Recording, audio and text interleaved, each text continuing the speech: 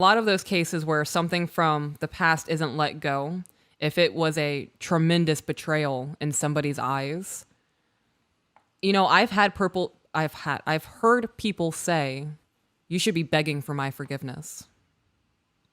Or I don't know if I can forgive you for this. But you're still with them 6 months later. Right.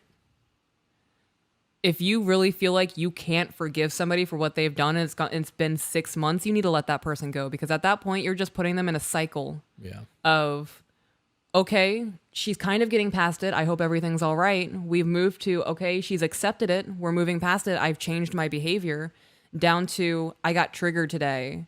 And now this came back to my forefront, up to, I don't know if I can forgive you for this. Right. And it's just a continuous cycle of, I will never be good enough. This is always going to be a thing.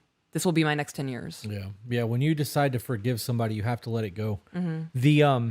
The idea of, man, I didn't want to interrupt your circular thought. Can you read that thing one more time?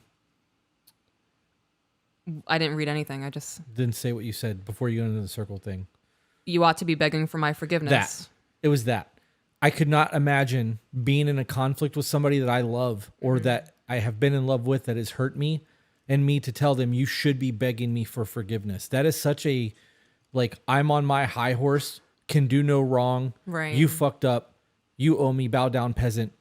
Like, that, I would walk away from that. I couldn't imagine that. Well, I don't want you to beg me for forgiveness. I don't want to tell you to have to do that. That's fucked up. If you feel guilty for what you did, whether because you got caught or because you admitted it or because you did wrong or whatever the reason is, and you feel the need to apologize, that's a very different scenario than begging for forgiveness because I'm telling you to. Right. There's a whole lot of entitlement to that statement to me. Yep. I don't like that. It made me uncomfortable when you said it. Your words matter. Yep. If they have acknowledged their failure, asked you for forgiveness, and changed their behavior, you must accept history and move on. Forgiveness is an expression of love. It is. Before I continue reading, forgiveness is an expression of love. Yeah, you're showing mercy. That is going, I love you. We have both fucked up. I choose to forgive you. And even though my feelings are hurt, I will not allow this to become between us.